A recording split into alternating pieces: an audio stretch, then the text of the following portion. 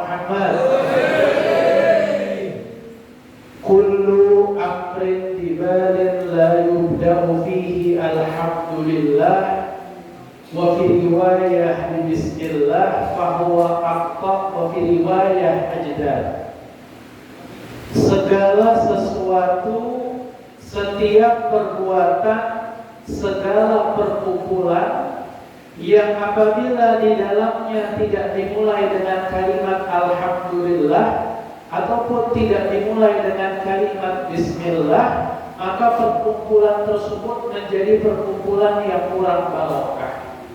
Maka dalam rangka syukur, mari kita bersyukur kehadiran Allah dengan ucapan Alhamdulillahirabbil alamin. Tapi syukur kita Bapak Ibu tidak sempurna kalau kita tidak membarengi dengan menyebut namanya. Maka mari kita puji beliau, mari kita menyebut nama beliau dengan ucapan Allahumma sholli ala sayyidina Muhammad wa ala ali sayyidina Muhammad. Bapak Ibu, buah rambutan itu Pak, ada yang harganya sekilo 30.000, ada yang sekilo 15.000, beda-beda, nggak sama. Buah rambutan yang sekilo 30.000 itu penjualnya nggak bisa jamin semuanya manis. Pasti ada aja di dalamnya satu yang kecut, itu pasti ada. Begitupun yang 15.000 1 kilo, itu penjualnya nggak bisa jamin semuanya kecut. Pasti ada aja di dalamnya satu yang manis.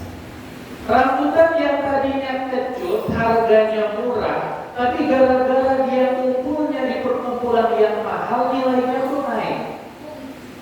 Rambutan yang tadinya mahal, harganya manis, tapi gara-gara salah kumpul, maka nilainya pun turun. Begitupun dengan manusia, bukan kiai, bukan ustadz, bukan habib, tapi kalau kumpulnya dengan alim ulama, mudah-mudahan ketularan barokahnya. Kumpul dengan para habaib, mudah-mudahan mendapatkan syafaat kakeknya. Amin Allahumma amin. Di dalam Al-Quran ada satu surat namanya surat Al-Kahfi. Surat apa? Di dalam surat Al-Kahfi menceritakan tentang beberapa orang yang tertidur selama 300 tahun dan seterusnya. Di antara 7 orang Ashabul Kahfi, Pak, ada satu hewan yang jenisnya anjing. Dan bahasa Oksengan anjing itu bahasa Jawanya apa? Asu. Ya Allah, hati beda asu. Oh, itu udah masuk kiri. Mudah-mudahan sampai diampuni sama Allah. Allahumma Muhammad. Ada satu anjing yang hidup dengan Ashabul Kahfi, dan ketahuilah anjing tersebut adalah satu-satunya anjing yang bisa masuk ke dalam surganya Allah. Kenapa? Karena anjing tersebut hidup di zaman yang penuh fitnah, tapi ngumpulnya di dalam perkumpulan yang baik. Maka kita berharap mudah-mudahan sebagaimana kita berkumpul pada malam hari ini, mudah-mudahan Allah kumpulkan kembali kelak kita semua di dalam surga Allah. Mudah-mudahan perkumpulan kita pada malam hari ini membuahkan surga Allah Subhanahu wa taala dan membuahkan kebersamaan kita semua dengan Nabi besar Muhammad sallallahu alaihi wasallam. Amin Allahumma amin. Sama-sama kita muliakan, sama-sama kita hormati khatib Majelis Rasulullah Jawa Timur Perwil Jombang Al-Habib Ali Ridho As-Sedaf yang mungkin sedang berhalangan hadir. Kita doakan mudah-mudahan beliau panjang umur, sehat badan. Mula sama-sama kita hormati, hadir di tengah-tengah kita ada Ustaz Sidik, ada Ketua Takmir Masjid Al-Ghafur, Al-Ustaz Ali Imran, dan juga para tokoh-tokoh lainnya. Mudah-mudahan mereka semua guru-guru kita dipanjangkan umurnya oleh Allah, dijaga kesehatannya oleh Allah Subhanahu wa taala. Mula salam cinta, salam hormat kepada seluruh jamaah Majelis Taklim Majelis Rasulullah dan juga warga Desa Sengon dan jamaah Masjid Al-Ghafur. Kita berdoa, Pak, mudah-mudahan sebagaimana Allah turunkan hujan pada malam hari ini, Allah turunkan juga rahmatnya kepada kita semua, sehingga kita semua bisa masuk ke dalam surga bersama Nabi Muhammad sallallahu alaihi wasallam. Hadirin yang dimuliakan oleh Allah Subhanahu wa taala, katanya Nabi besar Muhammad, ar-rajabu syahrullah wa sya'ban syahri wa ramadan syahrul ummati. Bulan Rajab adalah bulannya Allah, kata Nabi Muhammad.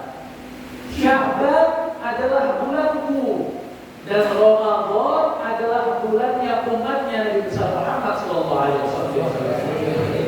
Katanya para alim ulama, bulan Rajab ini Bapak Ibu adalah bulan yang paling cocok untuk kita menanam pahala. Sya'ban adalah bulan yang cocok untuk kita menyirami pahala yang kita tanam. Dan adapun Ramadan adalah bulan yang cocok untuk kita memanen pahala yang kita tanam di bulan Rajab, disirami di bulan Sya'ban, panennya pas bulan Ramadan. Makanya Bapak Ibu, kalau kepengen mendapatkan ampunan Allah di bulan Ramadan, kalau kepengen mengharapkan pembebasan dari api neraka di dalam bulan Ramadan, maka persiapkan itu semua dimulai dari bulan Rajab. Karena bulan Rajab ini bulan yang mulia hadirin. Kenapa bisa mulia? Salah satu penyebabnya karena di dalam bulan Rajab ini ada satu malam yang di malam tersebut ada suatu peristiwa yang sering kita kenal dengan peristiwa Isra wal Mi'raj. Ulama ini berbeda pendapat, Pak. Ada yang mengatakan malam yang paling mulia bagi umat Islam adalah malam kelahiran Nabi besar Muhammad sallallahu alaihi wasallam.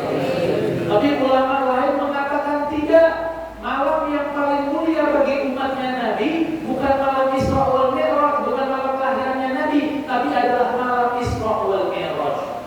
Lalu ada ulama lain yang mengatakan tidak, malam yang paling mulia bagi umat Islam bukan malam kelahirannya Nabi Muhammad, bukan malam Isra wal Mi'raj, tapi adalah malam nuzulul Quran. Maka bingung ini, perbedaan pendapat antara ulama. Umatnya pun bingung, orang awam pun bingung, mana malam yang paling mulia bagi umat Islam. Lalu akhirnya mereka semua membuat kesimpulan yang disepakati oleh seluruh ulama di muka bumi ini. Apa kesimpulannya? Malam yang paling mulia bagi umat Islam adalah malam kelahiran Nabi Muhammad SAW. Dan adapun malam yang paling mulia bagi Nabi Muhammad adalah malam Isra wal Mi'raj. Kenapa? Karena pada malam tersebut Nabi Muhammad bisa bertemu dengan Tuhannya, yaitu Allah Subhanahu wa Ta'ala. Jadi malam yang paling mulia bagi umat Islam adalah malam kelahirannya Nabi Muhammad. Warga Sema, malam yang paling mulia malam apa? Malam Jumat atau malam Minggu? Malam Minggu. Astagfirullah. Malam Jumat atau malam Minggu? Malam Maulid atau malam Tahun Baru? Pak, malam pertama, Pak. Lali. Oh, salam Muhammad. Jadi malam yang paling mulia bagi umat Islam malam kelahirannya Nabi Muhammad Sallallahu Alaihi Wasallam. Nah, tadi saya katakan malam yang paling mulia ini di bulan Rajab ini adalah bulan yang paling cocok untuk kita menanam pahala. Lalu bagaimana caranya menanam pahala di dalam bulan Rajab? Menanam pahala di dalam bulan Rajab caranya adalah dengan memperbanyak ibadah, terlebih di dalam dua hal.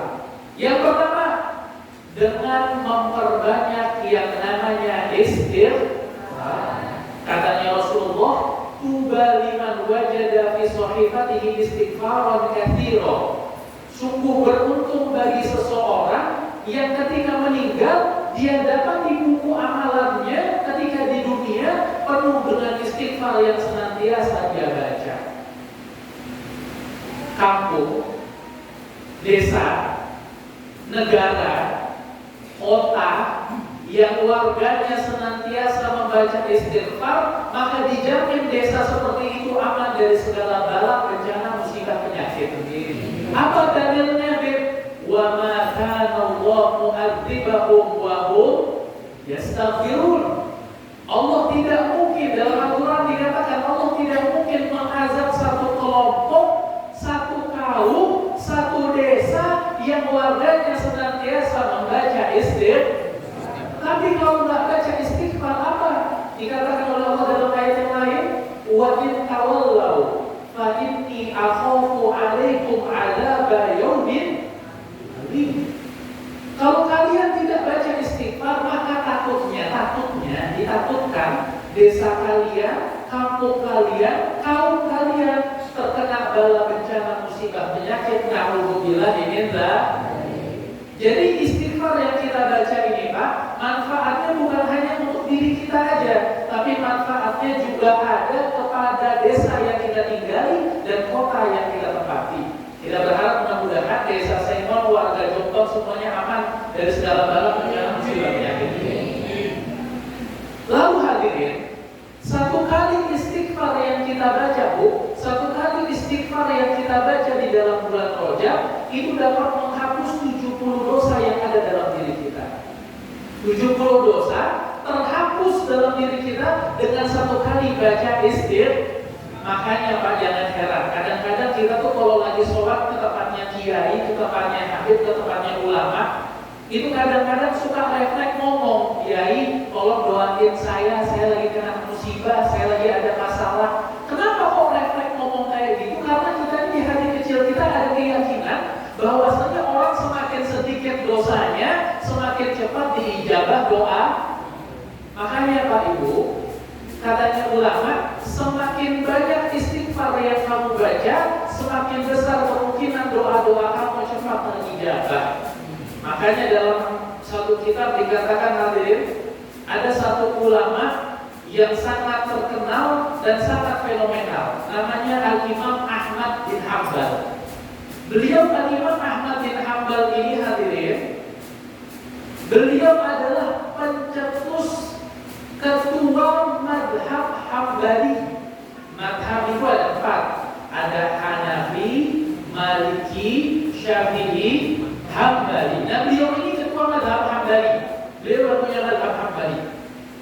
Beliau ini ulama yang terkenal dan sangat fenomenal. Diceritakan suatu hari Imam Ahmad bin Hanbal ini Bapak Ibu, beliau pernah berjalan dari satu kota menuju kota yang lainnya. Sebelum saya lanjutkan ceritanya, coba didengarkan dulu. Ada satu hadisnya Nabi besar Muhammad SAW, beliau mengatakan, barang siapa yang duduk di dalam majelis ilmu, ngantuk dan ngantuk, ngerti dan ngerti, paham dan paham, tetap mendapatkan pahala 1000 rakaat sholat sunnah. Kecuali ini saya terusan ini. Tidak mendapatkan 1000 rakaat siapa? Bagi mereka yang ketika habibnya lagi ceramah ngomong-ngomong sendiri, main HP sendiri. Nah ini gak dapat 1000 rakaat, yang 100 rakaat ini. Allah SWT Muhammad.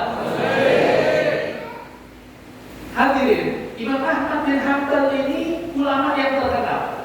Suatu hari beliau berjalan dari satu kota menuju kota yang lainnya. Berangkat siang, belum sampai kota yang dituju, tiba-tiba sudah isya, sudah malam. Lalu beliau pun singgah ke kota lainnya, ada satu kota kecil. Beliau singgah ke kota lain, ke salah satu kampung. Beliau singgah ke kota tersebut, dan di dalam kota tersebut ada satu masjid yang sedang mengumandangkan sholat isya, adzan isya. Lalu beliau pun masuk ke dalam masjid tersebut. Beliau sholat isya berjamaah. Beliau baca zikir di masjid tersebut. Setelah baca zikir, setelah sholat, beliau pun izin ke takmirnya, Pak, saya dari kota sana, saya dari kota sebelah. Kebetulan saya pengen ke kota satu, tapi ini udah malam. Saya izin minta tolong bermalam di masjid semalam aja, boleh nggak? Katanya takmir apa? Oh nggak bisa mas, ini masjid bukan hotel ya. Dan sampai yang pengen nginep cari hotel di Jombang banyak, cari hotel besar. Ini ulama hadirin ya Allah, Imam Ahmad bin Hanbal ini ulama terkenal. Beliau ini aslinya kotanya di tempat lahirnya di kota Baghdad. Sampai tahu Baghdad, Irak tuh, arah kandangan juga.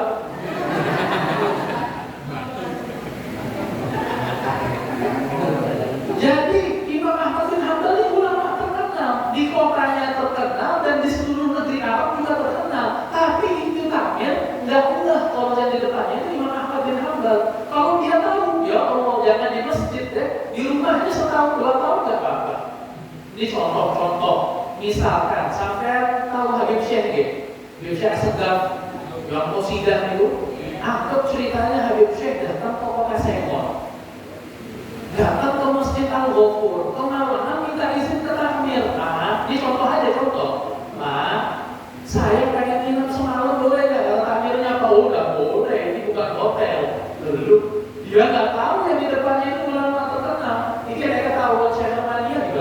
Dalil. Ulama terkenal ini Imam Ahmad bin Hanbal, kok nggak diizinin? Kata Imam Ahmad bin Hanbal, ya Allah mas, semalam aja nggak boleh. Keluar sana, keluar dari masjid. Akhirnya mau nggak mau keluar Imam Ahmad bin Hanbal dari masjidnya. Ketika keluar dari masjid, sampai di teras masjid, tiba-tiba lewat Khobas. Khobas itu tukang roti, ada tukang roti lewat. Lalu tukang rotinya itu tanya ke Takmir, Pak, ada apa kok rame-rame ini? Takmirnya bercerita, ini kok ada orang pengen nginep di masjid. Ya tak larang, nggak boleh nginep di masjid, langsung cari hotel. Lalu katanya tukang rotinya apa? Ya sini aja mas, sampai nginep di rumah saya. Kebetulan di rumah saya ada satu kamar kosong. Nginep di rumah saya ada apa-apa, ayo. Lalu katanya Imam Ahmad bin Hanbal, katanya Imam Hanbali, ikut pun dengan si tukang roti ini.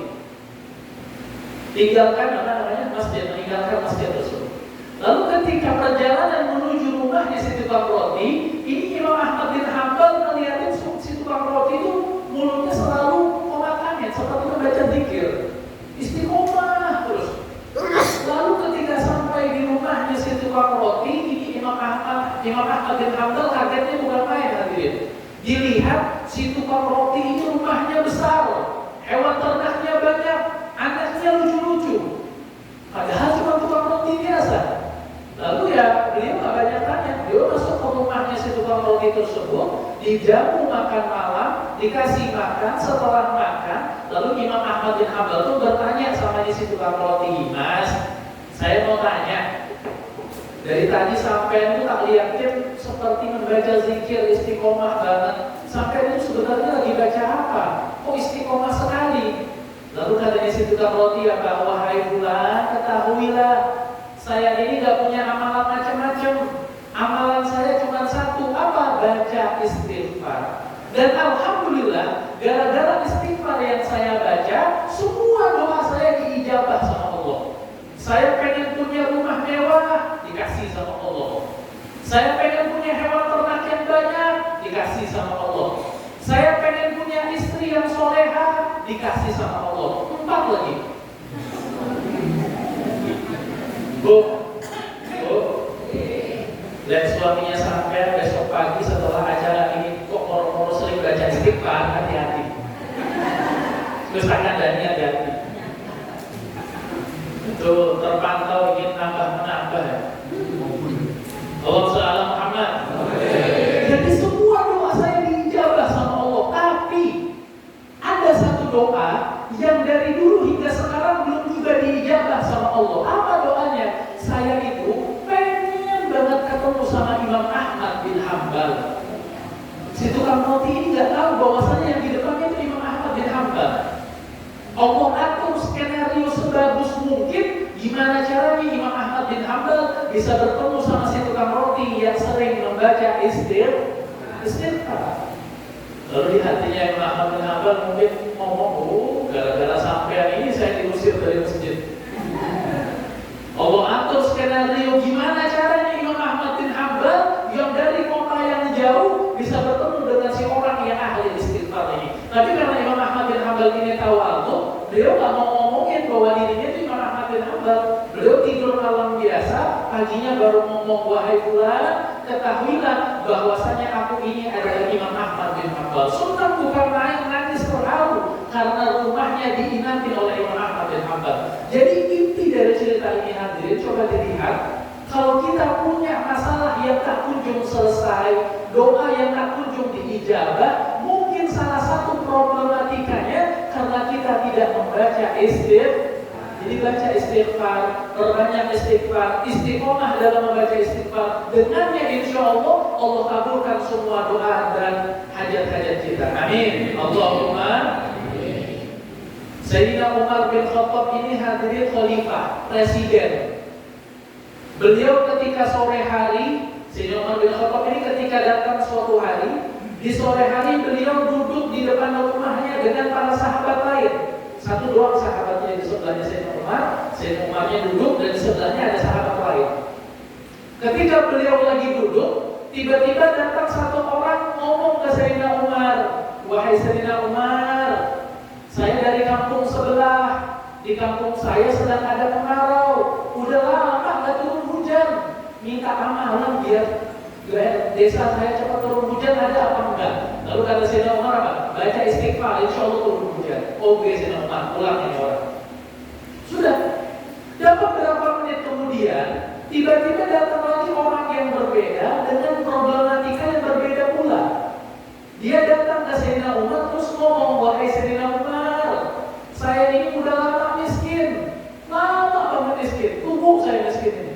Saya pengen banget cepat kaya, ada nggak minta amalan biar cepat kaya? Kata Sayyidina Umar apa? Baca istighfar, insya Allah cepat kaya. Oke Sayyidina Umar, ulangin orang. Tiba-tiba berapa menit kemudian datang lagi orang yang berbeda, ngomong ke Sayyidina Umar, wahai Sayyidina Umar, saya ini sudah nikah, udah lama nggak punya anak, minta amalan biar cepat punya anak, ada apa enggak? Kata Sayyidina Umar, baca istighfar, insya Allah punya anak. Oke Sayyidina Umar, ulang. Lalu ini sahabatnya Sayyidina Umar yang duduk di sebelahnya bingung, nanya ke Sayyidina Umar, wahai Sayyidina Umar, sampai tadi ada orang minta amalan biar cepat turun hujan, dikasih istighfar. Ada orang minta amalan biar cepat kaya, dikasih istighfar. Ada orang minta amalan biar cepat punya anak, dikasih istighfar. Kalau tidak ada amalan lain kan? Kok dikasih istighfar semua? Ini kayak dokter di Hadramut itu di Yaman hadirin. Itu di Yaman itu ada orang sakit pusing dikasih Panadol, sakit diare dikasih Panadol, sakit kesereo dikasih Panadol, sakit tangan dikasih Panadol, semuanya Panadol, kayak nggak ada obat lain. Nah ini sama aja nih, kok dikasih istighfar semua. Lalu kata Sayyidina Umar apa? Wahai fulan, kamu ini nggak pernah baca Al-Quran kan? Di Al-Quran dikatakan kan, istaghfiru rabbakum innahu kana ghaffara yursilu sama alaikum bidrara wa yumditkum bi amwalin wa banin. Bacalah istighfar karena Allah itu Maha Pengampun, dan ketahuilah kalau engkau membaca istighfar, apa jaminannya? Yursilus sama alaikum bidrara. Allah akan turunkan hujan kepadamu. Wa yumditkum bi amwalin wa banin, dan Allah akan menganugerahkan kepadamu harta yang melimpah ruah, dan akan mengaruniakan kepadamu anak-anak yang insya Allah soleh dan soleh. Jadi baca istighfar. Jadi mumpung bulan Ramadan, mumpung bulan Rajab, karena bulan Rajab ini adalah syahrul istighfar.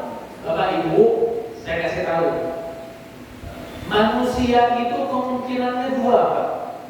Kalau umurnya pendek, tandanya Allah pengen dia segera berhenti dari dosa. Kalau umurnya panjang, tandanya Allah pengen dia segera taubat. Ada orang umur 19 tahun sudah meninggal. Kira-kira salah satu hikmahnya apa? Mungkin Allah kepengen dia segera berhenti dari dosa. Adapun kita ini yang umurnya masih panjang, alhamdulillah, masih bisa lagi ketemu dengan bulan Rajab, masih bisa ketemu dengan bulan Sya'ban, bulan Ramadan insya Allah. Kenapa Allah masih panjangkan umur kita? Karena Allah pengen kita segera taubat. Jangan sampai Rajab ketemu Rajab, istighfar gak pernah dibaca. Sya'ban ketemu Sya'ban, sholawat gak pernah nambah. Ramadan ketemu Ramadan, Al-Quran tidak pernah khatam.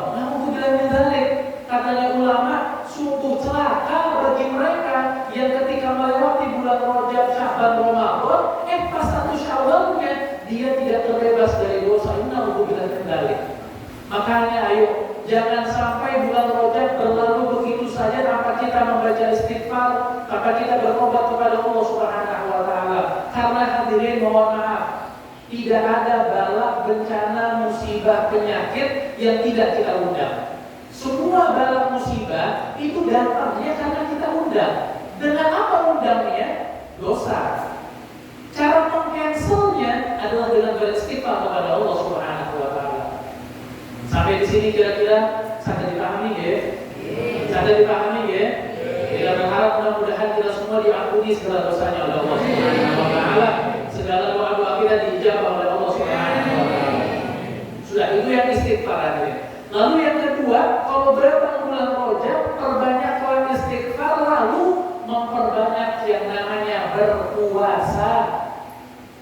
Karena dalam berpuasa di dalam bulan Rajab ini mulia hadirin, pahalanya besar. Dalam kitab Mukasyafatul Qulub dikatakan, barang siapa yang berpuasa di dalam bulan Hurum, bulan-bulan yang diistimewakan oleh Allah itu ada 4, Dzulqa'dah, Dzulhijjah, Muharram sama Rajab. Barang siapa yang berpuasa di antara 4 bulan ini 3 hari aja berpuasanya, maka Allah akan berikan kepadanya pahala 900 tahun ibadah. 3 hari berpuasa di dalam bulan Rajab, pahalanya 900 tahun ibadah. Jadi berpuasa dalam bulan Rajab tidak apa-apa. Ada yang mengatakan bid'ah, kafir masuk neraka. Gimana tanggapannya, Bib? Udah jangan didengarkan. Kadang-kadang mic-nya mereka lebih keras dari kita. Kadang-kadang media mereka lebih canggih daripada kita. Jadi udah kita anjurkan, kita lakukan apa yang dianjurkan oleh para kiai kita, oleh para ulama kita. Dengannya insya Allah panjangkan umur kita hingga bulan Ramadan. Karena ulama hadirin, barang siapa yang memakmurkan bulan Rajab dengan ibadah, maka Allah akan panjangkan umurnya hingga bulan Sya'ban. Dan barang siapa yang memakmurkan bulan Sya'ban dengan ibadah, maka Allah akan panjangkan umurnya hingga bulan Ramadan. Allahumma barik lana fi Rajab. Doanya banyak kayak gitu, tapi sholat nggak pernah dilakukan. Setiap hari maksiat, Quran nggak pernah dibaca, Quran nggak pernah ditelaah, Quran nggak pernah dihafalkan dan semacamnya. Sudah kilonya sampai Allahumma barik, tapi sholat nggak pernah dilakukan. Iya, maksiat setiap hari. Dan ini alhamdulillah dari mudah-mudahan dengan adanya bulan Rajab berubah juga keadaan kita menjadi lebih baik. Amin. Subhanalladzi asra bi 'abdihi laila minal masjidil haram ilal masjidil aqsa alladzi barakna haula linuriyahu min ayatihi. Lalu Allahumma shalli ala Muhammad. Jadi bulan Rajab sudah banyak dalil yang sudah saya katakan dari tadi. Mungkin bapak-bapak ini ada video ini. Kalau bapak-bapak lihat video yang tadi ini yang di HP ini, kalau bapak lihat dari Assalamualaikum sampai sekarang semuanya saya pakai dalil. Sudah banyak yang saya sebutkan tentang keutamaan bulan Rajab. Tapi bulan Rajab itu mulia bukan hanya karena dalil-dalil itu tadi saja.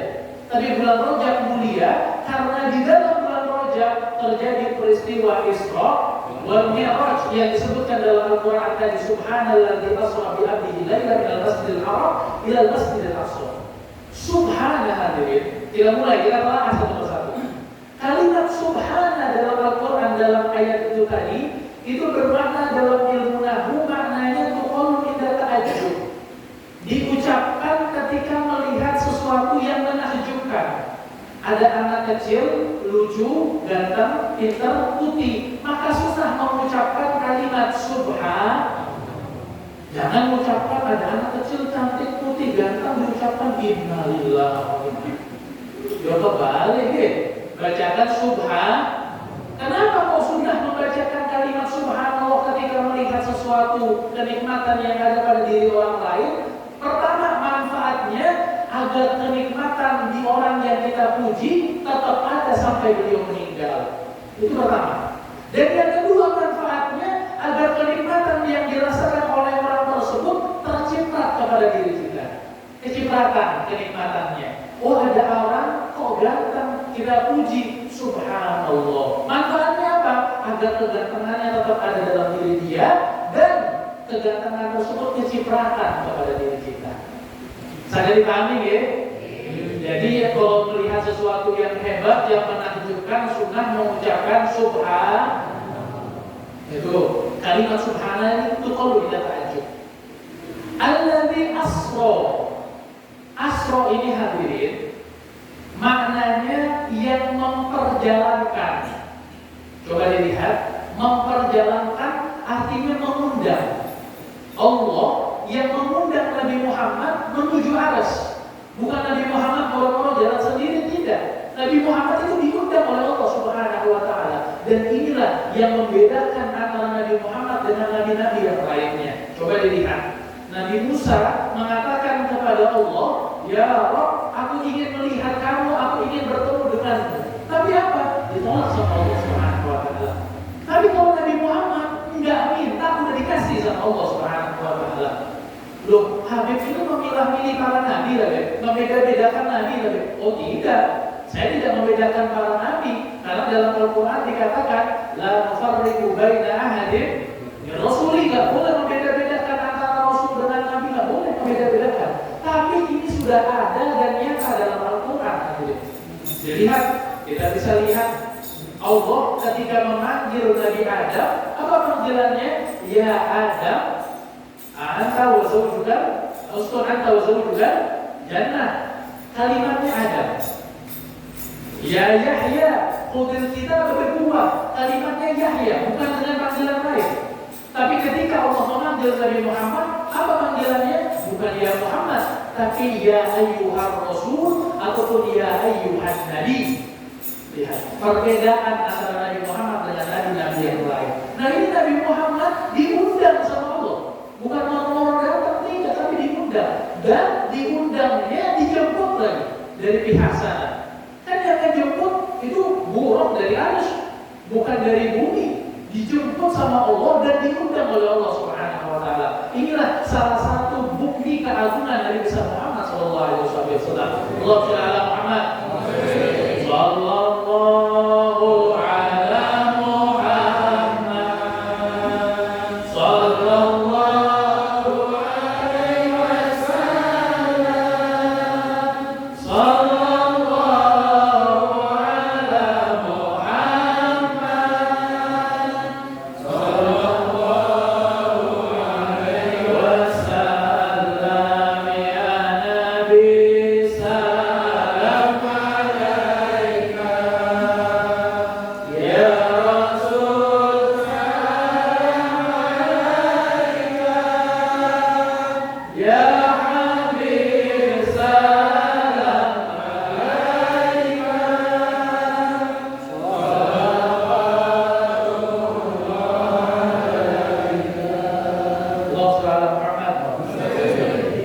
Subhanalladzi asra bi 'abdihi laila minal masjidil haram ilal masjidil aqsa. Banyak yang bertanya, Habib, kenapa kok terminalnya dari masjid menuju masjid?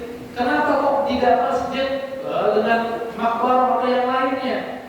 Karena di dalam hadis dikatakan ahabbul biladi ilallah masajiduha. Tempat yang paling dicintai oleh Allah di muka bumi ini adalah hadirin, masjid ini adalah bangunan pertama yang ada di muka bumi ini.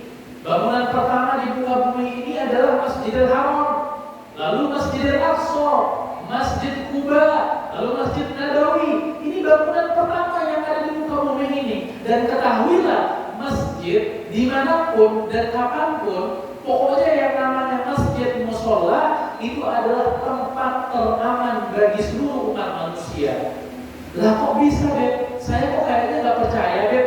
Gini wes, kalau ada gempa, banjir, gunung meletus, saya mau tanya, yang muslim, yang gak muslim, yang sholat, yang gak sholat, yang musyrik dan yang gak musyrik, larinya kemana? Jadi masjidnya adalah tempat teraman di muka bumi ini. Karena di hati kecilnya, walaupun ada orang yang gak pernah sholat, tapi ketika datang bencana, di hati kecilnya ada keyakinan bahwasanya masjid adalah tempat teraman di muka bumi ini. Alhamdulillah. Jadi terkenalnya masjid ya masjid. Bahkan hadirin di dalam hadis qudsi dikatakan innilahummu bi ahlil ardi adaban, katanya Allah. Katanya Allah Subhanahu wa taala, aku pengen banget menurunkan azab di muka bumi ini. Tapi aku enggak jadi menurunkan azab di muka bumi ini. Kenapa? Ketika aku melihat ila umari baiti, ketika aku melihat orang-orang yang senantiasa meramaikan tempat ibadahnya Allah kepada Allah Subhanahu wa taala. Jadi kalau ada desa yang masjidnya ramai dengan kegiatan Islam, insya Allah desa tersebut aman dari segala bencana musibah penyakit. Masya Allah nih, warga Sekon masuk Al-Ghafurnya ramai. Ini setiap 5 waktu begini. Mudah-mudahan setiap 5 waktu begini semua. Ramai kan masjid hadirin. Ada panggilan dari masjid, hayya 'alas shalah. Matikan HP, matikan TV, berjalan dari rumah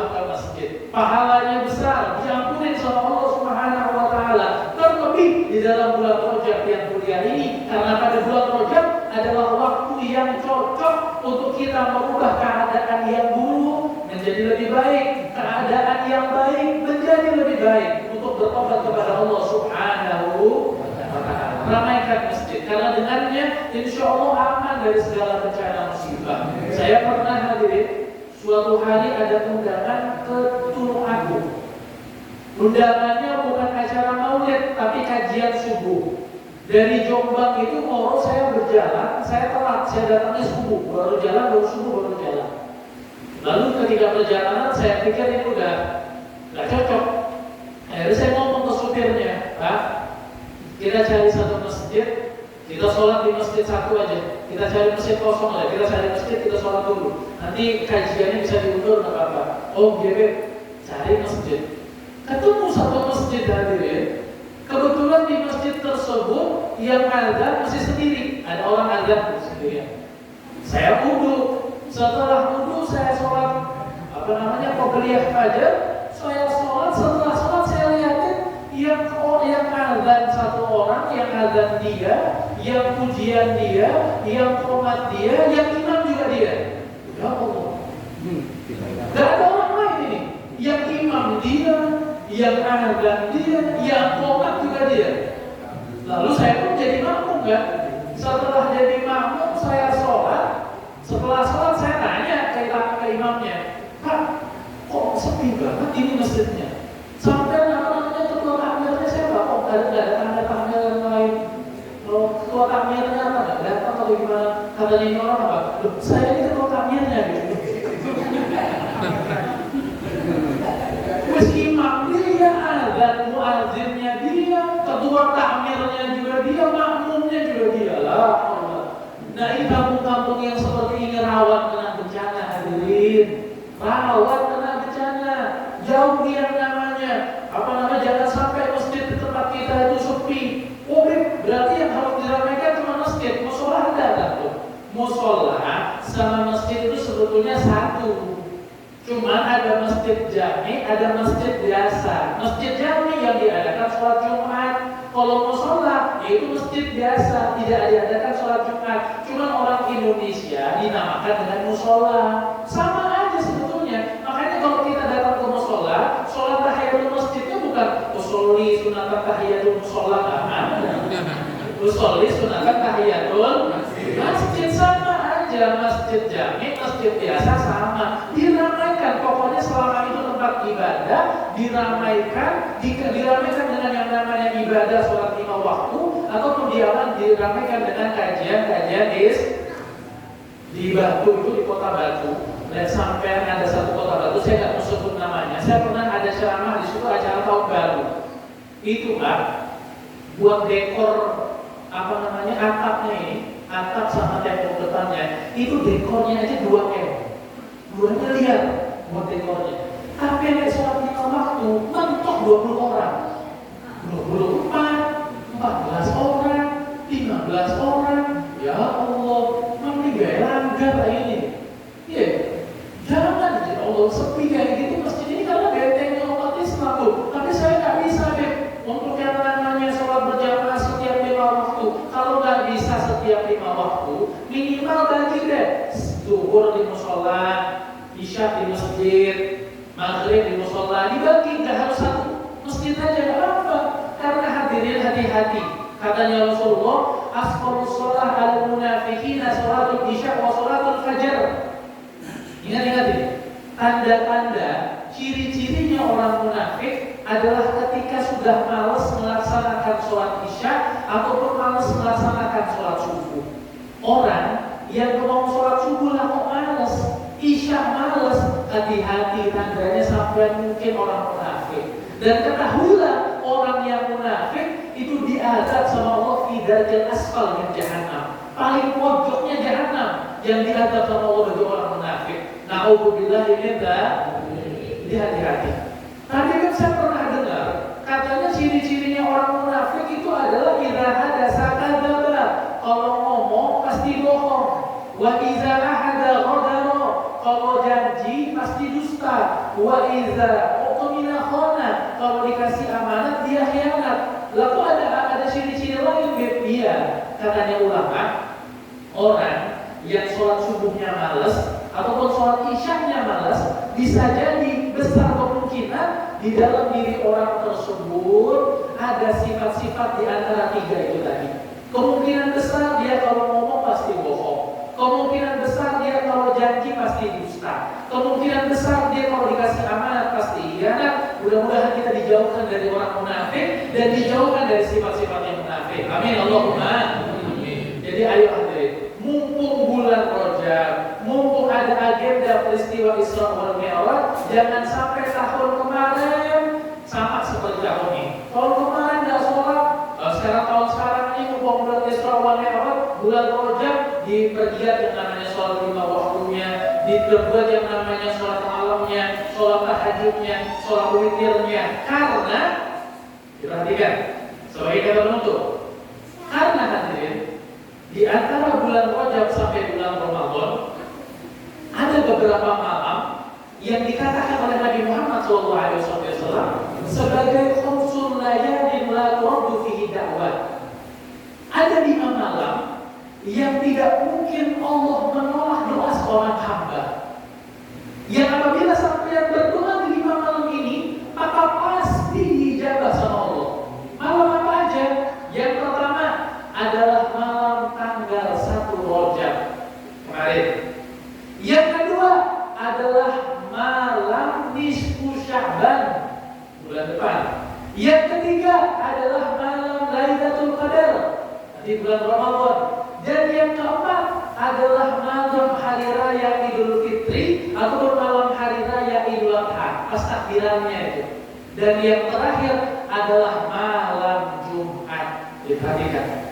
Barang siapa yang berdoa di 5 malam ini, salah satunya aja, maka sampean doa sampean, hajat sampean pasti diijabah oleh Allah Subhanahu wa taala. Amin.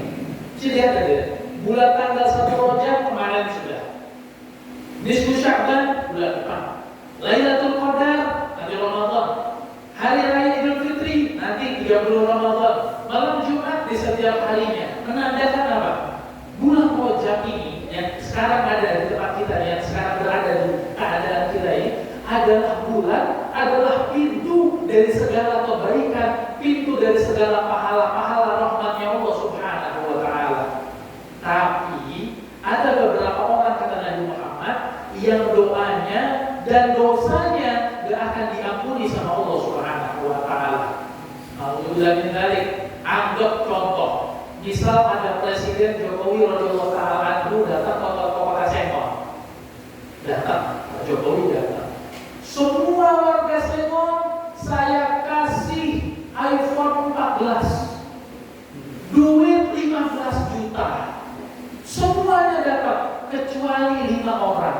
Lah ketun dari orang ini. Waduh, semuanya dapat duit, kok saya nggak dapat? Nah ini gambarannya seperti ini. Semuanya diampunin sama Allah, semuanya doanya diijabah sama Allah kecuali 5 orang. Yang pertama adalah mereka yang aqlil walidain, mereka yang kurang ajar dengan orang tuanya, baik orang tuanya masih hidup atau orang tuanya sudah meninggal. Habib, orang tua saya sudah meninggal, apakah bisa saya didefinisikan sebagai anak yang durhaka? Bisa. Kalau sampean jarang menziarahi makam dan kuburan orang tua sampean. Karena hadirin, katanya ulama, hal yang paling menggembirakan seorang mayit ketika sudah masuk ke liang lahat adalah ketika diziarahi oleh sanak keluarganya. Loh, Beb, saya kok tidak percaya, Beb. Sampean tidak percaya mati bisa, Beb.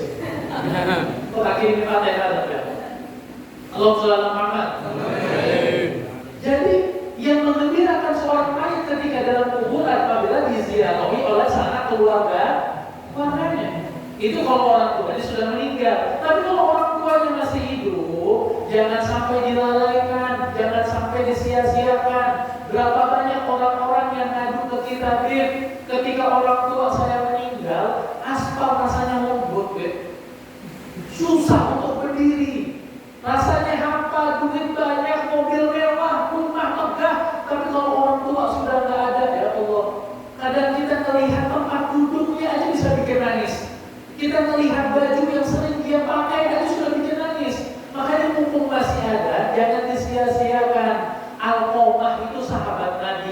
Tiap hari sholatnya di belakang Nabi, hadir di pengajiannya Nabi.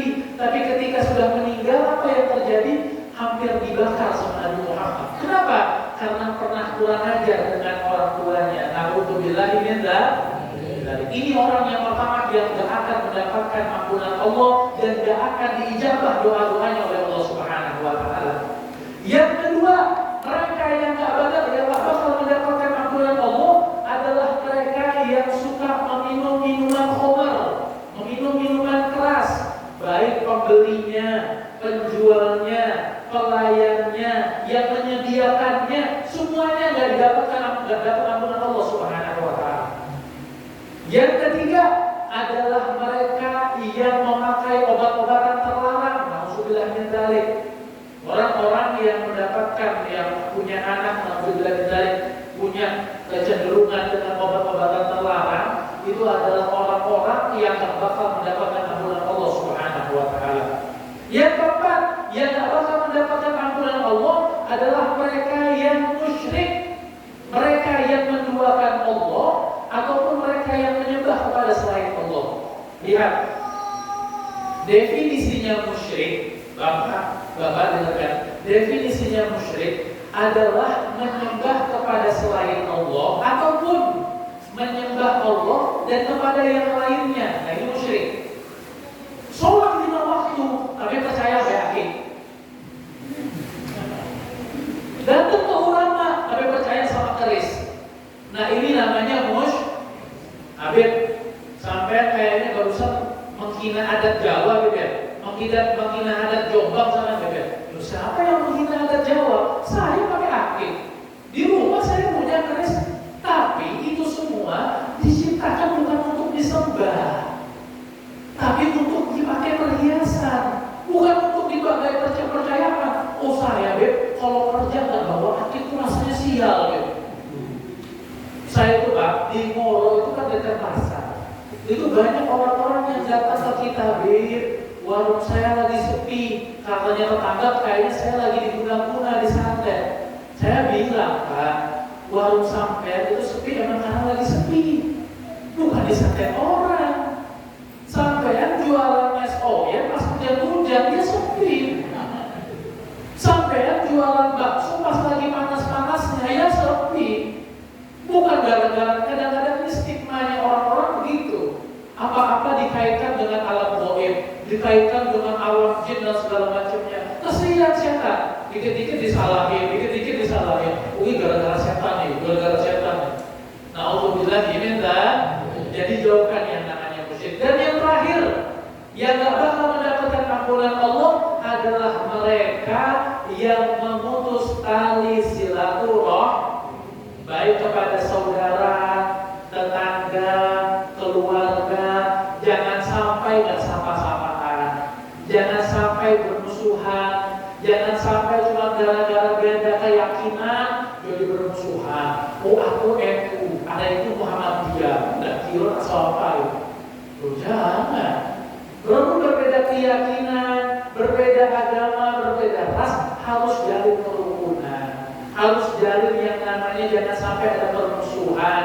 Karena kata Rasulullah, kampung yang warganya saling bermusuhan, maka kampung tersebut jauh dari rahmat Allah Subhanahu wa Ta'ala. Dihindari hadirin sifat iri, sifat dengki, sifat hasud jangan sampai ada di dalam diri kita. Sampai pernah kenal Firaun? Kenal Firaun? Kenal di mana? Sumogito. Kenal di mana sampai? Firaun itu Pak ngaku Tuhan. Ada orang ngaku Nabi aja udah bahaya. Ini ngaku Tuhan Pak. Suatu hari Firaun ini ketika lagi tiduran di kamarnya, tiba-tiba ada yang ngetok. Pintu kamarnya ada yang ngetok. Tok. Oke, boleh. Itu Tok. Lalu kata Firaun, "Man fil bab?" Siapa di pintu? Lalu katanya yang ngetok, "Iza kana rabbal arbab faya'rif man fil bab." Kalau kamu ngaku Tuhan, harusnya kamu tahu siapa yang ngetok. Kan dia ngaku Tuhan. Lalu katanya Firaun, "Oh, tahu saya yang ngetok. Ternyata yang ngetok iblis."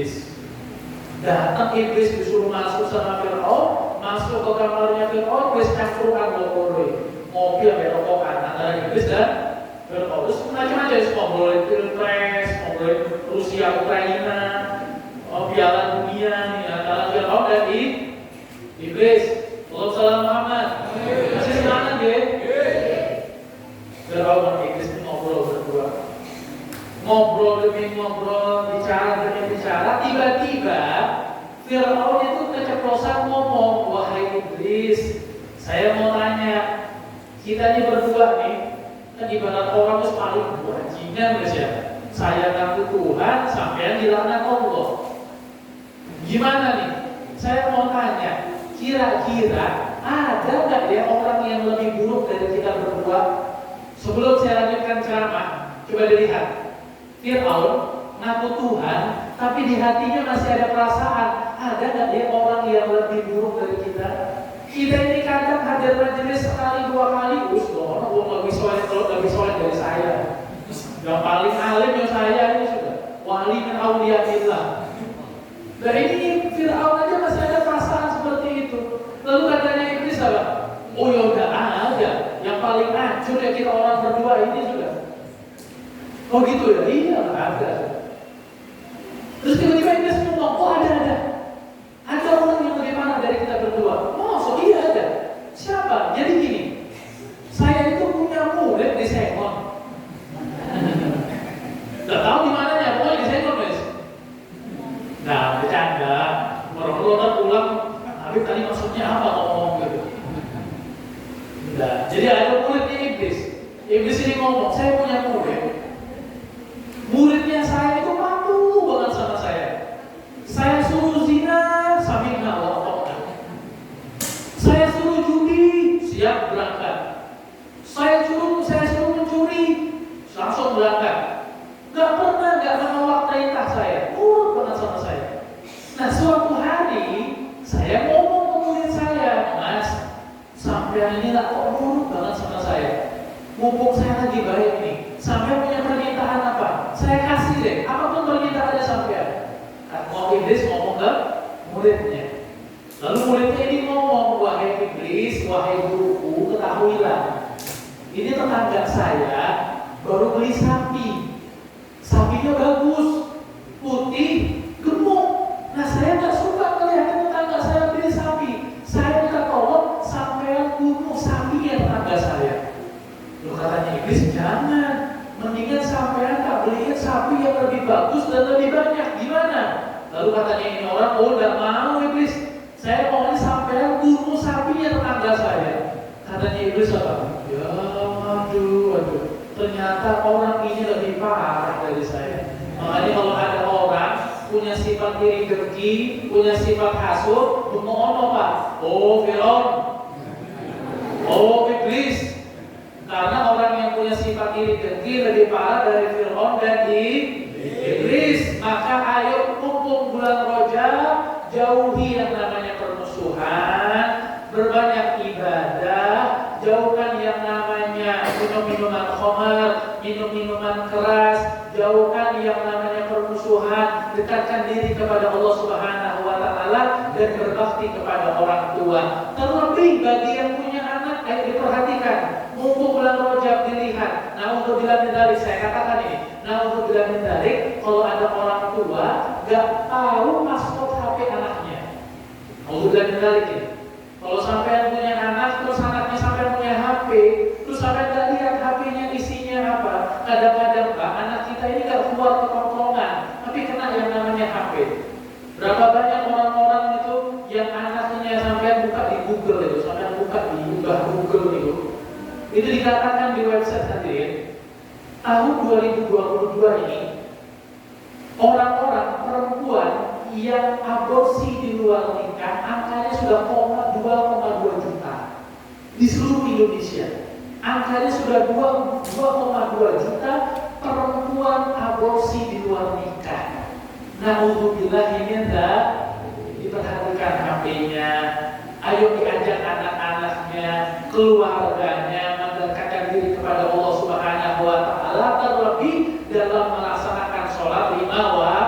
Sampai mau nakal gimana sih mau gimana pun silahkan, tapi jangan sampai tinggalkan yang namanya sholat, karena sholat ini barometer orang dikatakan Islam atau bukan, Muslim atau bukan, yaitu dengan sholatnya.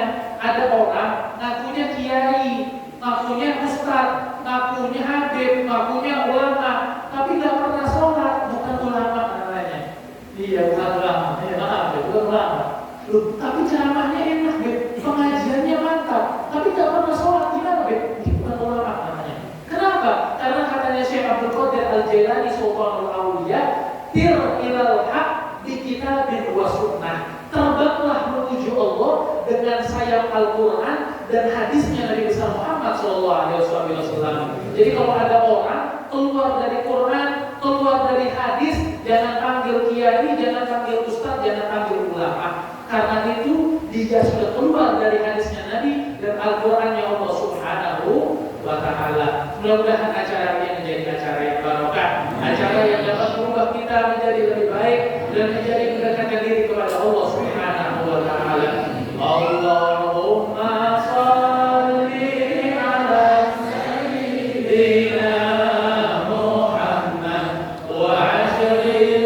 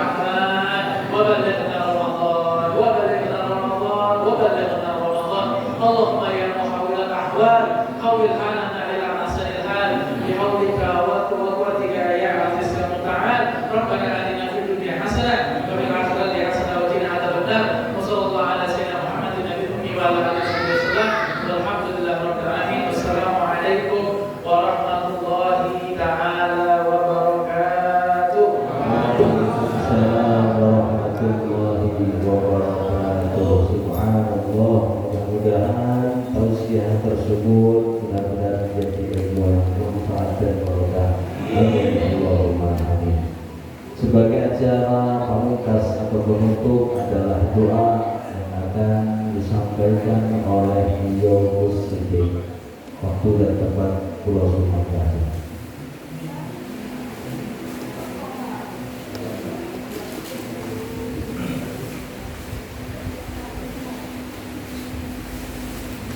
Allahumma shalli wa sallim wa barik alaihi wa ala alihi wa laqad azhartu min aqman al-qulubi quluban bil ahdana wallahu ta'ala alayka ma yusallu minna aw yaqulu sanana lakin huwa as-sarair qabla alimati sultati rabbina wa hadana wa yunzilna min mawadati hauna arba'in qablina wa rajana بالواحد الأحد الذي لا متوسلين بمن إله تعالى مختار وبه وصفي زين وجودي به الله حبنا يا ربنا يا ربنا يا ربنا بالمصطفى قلنا أجب دعوانا أنت لنا يدفنا في هذه الدنيا برفقنا أغفر لنا الأهوال واغفر ذنبنا ولا تغفر بنا أخطانا واسلكنا في نهج طه مصطفى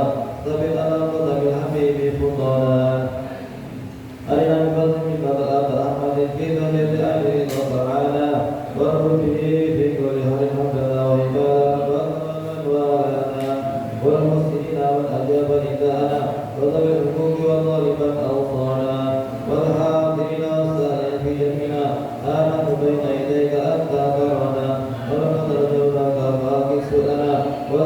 بفضلك يا سميع دعاءنا واغفر بنا سنة الله بالبر والعدل وكفى كل من عادانا وانظر إلينا واسقنا كاسحنا واشفي وعافي عاجلا مرضانا واغفر لنا الحاجة واغسل حكمنا إن القوات واصلح قلوبنا يا رب واجمعنا وهب لنا في ذلك الفوز يا رجانا يا رب واجمعنا وهب لنا في ذلك الفوز يا رجانا يا رب واجمعنا وهب لنا في ذلك الفوز يا رجانا يا رب واجمعنا وهب لنا في ذلك الفوز يا رجانا يا رب واجمعنا وهب لنا في ذلك الفوز يا رجانا يا رب واجمعنا وهب لنا في ذلك الفوز يا رجانا يا رب واجمعنا وهب لنا في ذلك الفوز يا رجانا بالمصطفى صلى عليه وآله أحرم الرسول والصلاة أحرم رب العزة عما يصفون والسلام على المرسلين والحمد لله رب العالمين الصلاة والسلام على سيدنا المرسلين الصلاة والسلام على خاتم النبيين الصلاة والسلام عليك يا من أرسل رحمة للعالمين ورضي الله تعالى عن خير الرسل أجمعين آمين.